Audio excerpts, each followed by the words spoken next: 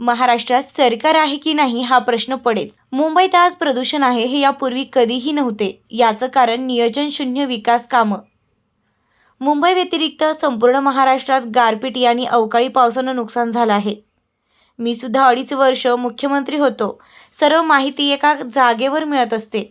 पण सध्याचे मुख्यमंत्री तेलंगणात प्रचार करत फिरत आहेत. हे राज्याला न्याय देऊ शकत नाहीत. एक फूल दोन हाफ. दुसरे हाफ कुठे आहेत हे कोणाला माहीत नाही. आपल्या हवामान खात्यानं सांगितले होते गारपीट आणि अवकाळी पाऊस पडू शकते असे सांगितले होते. मग कुठे आहे मंत्रिमंडळ आणि कुठे आहेत कृषी मंत्री?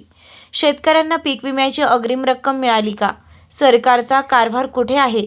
मुख्यमंत्रींसारखे बोलतात गरीब शेतकऱ्यांचा मुलगा, पण त्यांच्या पंचतारांकित शेतीमध्ये ते हेलिकॉप्टरने जातात. तुम्ही शेतकरी पुत्र म्हणवता, मग शेतकऱ्यांची का वाहत नाही आहात? भाजपवाले रेवडी उडवत आहेत. तुम्ही शेतकऱ्यांना कधी दर्शन देणार? मला एक प्रश्न पडला. आमचे मुख्यमंत्री, गृहमंत्री यांना इतर राज्यात प्रचाराला वेळ आहे, पण शेतकऱ्यांच्या पाठीवर कधी हात फिरवणार? सरकार म्हणजे दुष्काळातला 13वा महिना आहे. संपूर्ण महाराष्ट्र निवडणुकीची वाट बघत आहे. आजच्या आज कॅबिनेट बैठक घेऊन लवकर निर्णय घ्या. महाराष्ट्रात दुष्काळ आहे, त्यात अवकाळी आहे. आम्ही जाऊन दिलासा देतो, मात्र सरकार ढिल्लं आहे. मंत्री क्रिकेटच्या फायनलला जातात पण मणिपूरमध्ये जात नाही. मग तोच प्रश्न माझा असा आहे की आमचे मुख्यमंत्री आहेत, पंतप्रधान आहेत, गृहमंत्री आहेत, त्यांना सगळ्यांना बाकीच्यांवरती दमदाट्या करायला वेळ आहे, इतर राज्यात प्रचार करायला वेळ आहे, इतर राज्यात रेवडी उडवायला वेळ आहे. पण माझ्या महाराष्ट्रातल्या शेतकऱ्याच्या पाठीवरती हात फिरवायला ते कधी येणार? हा एक प्रश्न आहे. कारण ही आता जी प्राथमिक माहिती मी तुम्हाला दिलेली आहे, साधारणतः 6च्या आसपास काहीतरी जीव गमावले गेलेले आहेत आणि 100च्या आसपास जनावरांची प्राणहानी झालेली आहे. यांचं काय करणार? आणि सगळ्यात महत्त्वाचा विषय की मुख्यमंत्री स्वतःचं घर सोडून घरोदारी फिरतायत. सरकार आपल्या दारी. यार पण कोणाच्या दारी जात आहे तुम्ही? तिकडे दुसऱ्या राज्यात जात आहे, त्या राज्याला काय मुख्यमंत्री नाहीत? स्वतः पंतप्रधान तिकडे विश्वगुरू आल्यानंतर हे तिकडे जाऊन काय आणखीन दिवे लावणार आहे? तुम्ही स्वतःचं राज्य, स्वतःचं घर का नाही सांभाळत?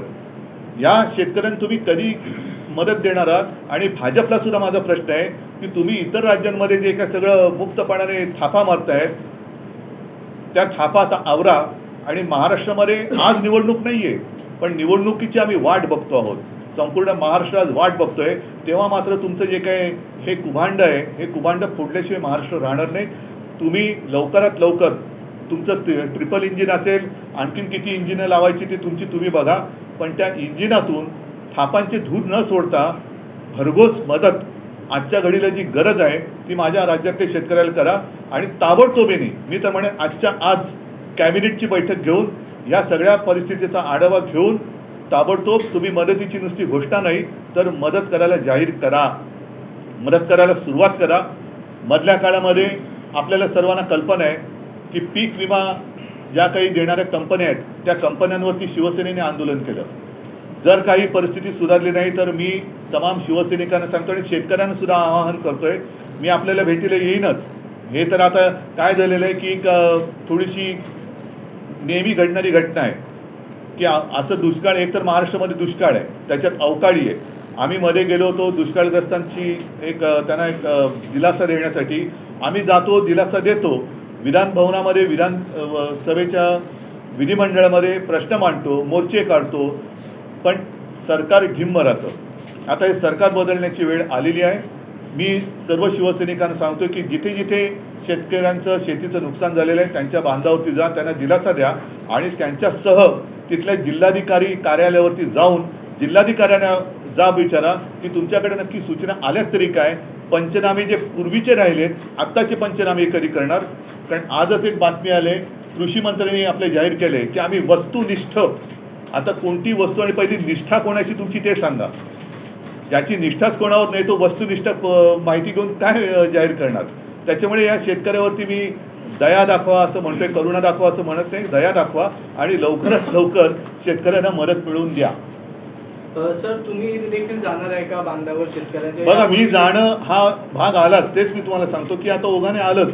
आम्ही जातो शेतकऱ्यांना, शेतकरी बिचारे धाय मोकलून रडतात.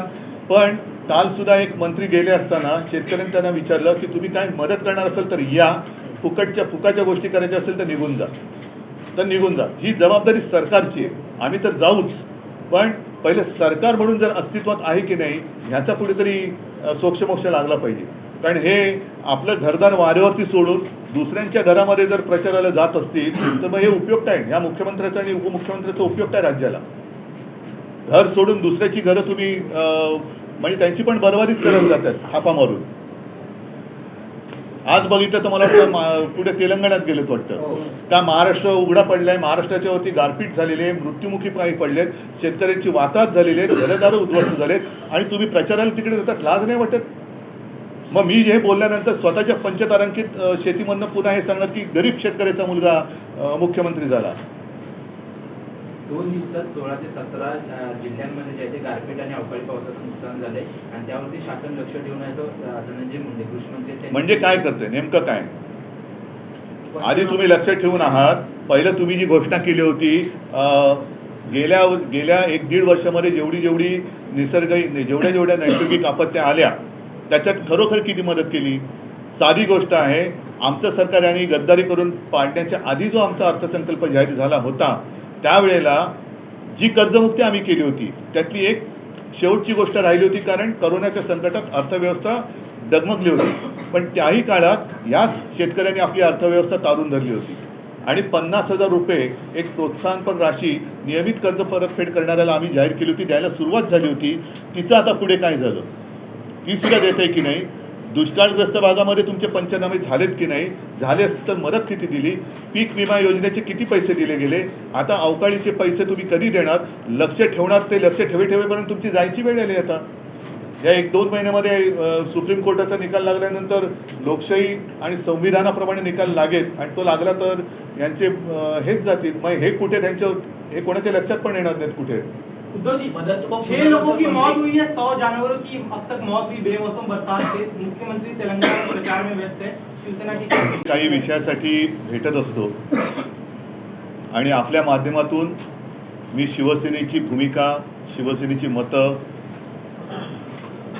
ही जनतेपर्यंत पोचवत असतो आणि मला खात्री आहे की आपण सुद्धा सर्व माध्यमं निपक्षपातीपणाने ही जी काही थोडीशी मी काही लगेच विरोधी मतं नाही म्हणत, पण जनतेच्या हिताची जी आमची पण काही मतं आहेत ती तुम्ही महाराष्ट्राच्या आणि देशाच्या कानाकोपऱ्यात पोचवत असाल.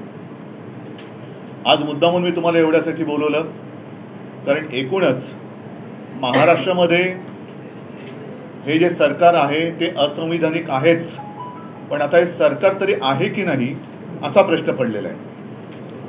कारण मुंबईपुरतं आधी बोलायचं झालं तर माझ्या तरी आठवणीमध्ये आजपर्यंत कधीही नव्हतं एवढं प्रदूषण हे मुंबईत आपण सर्वांनी अनुभवलेलं आहे. आणि त्याचं कारण काही तज्ज्ञांशी मी जे बोललो ते असं होतं की नियोजन शून्य विकास कामं, आणि त्याच्यामध्ये सगळीकडे धूळ आणि धुळदाण झाली होती.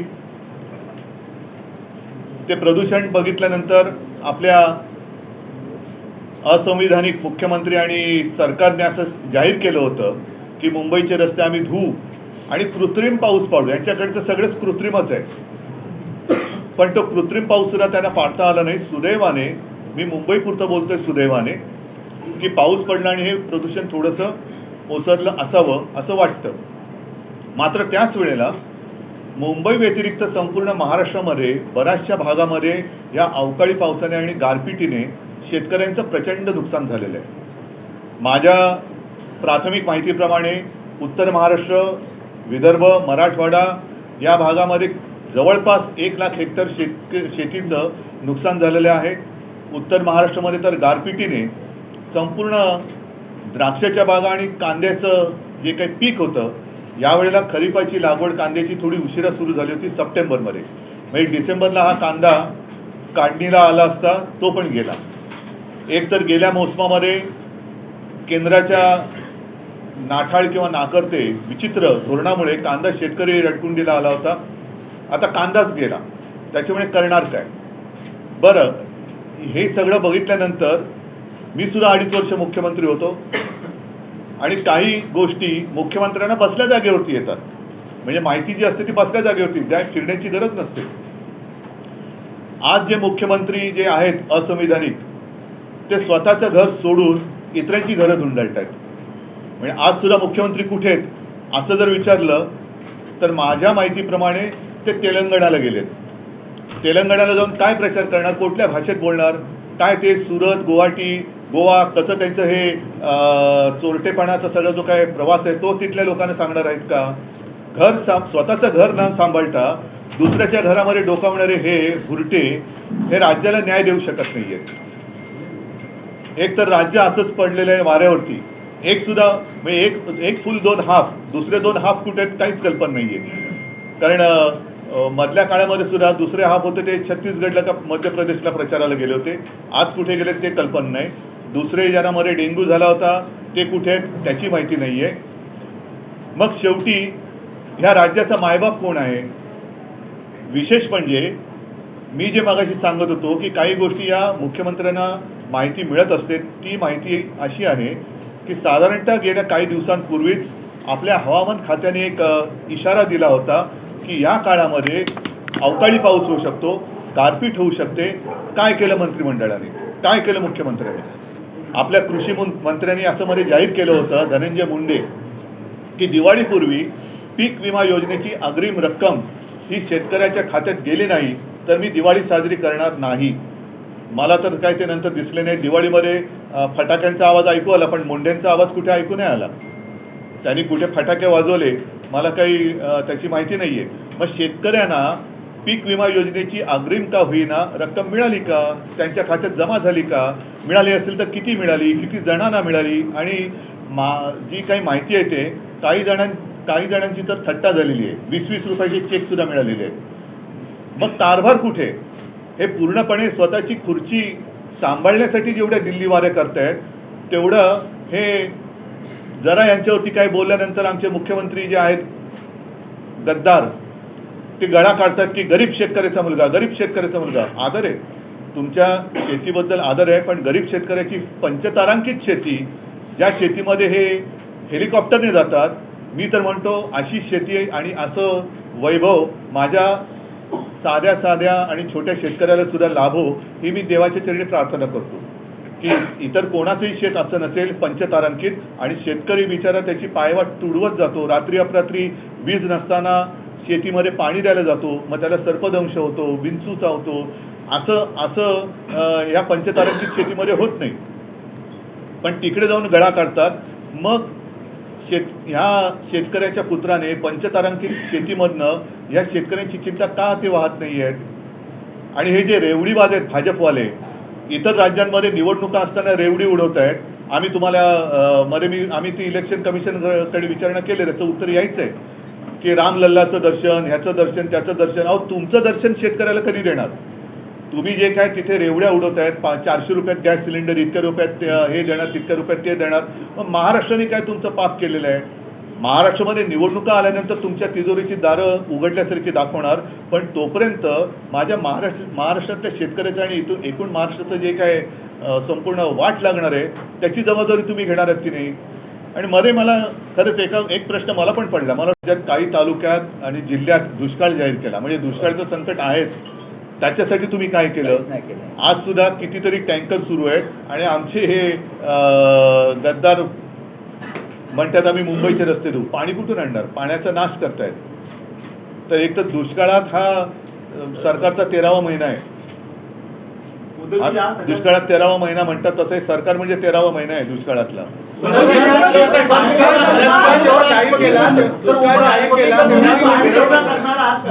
मदत व पुनर्वसन मंत्री ठिकठिकाणी जाऊन पाहणी करतात आणि ते म्हणतात की नाही आता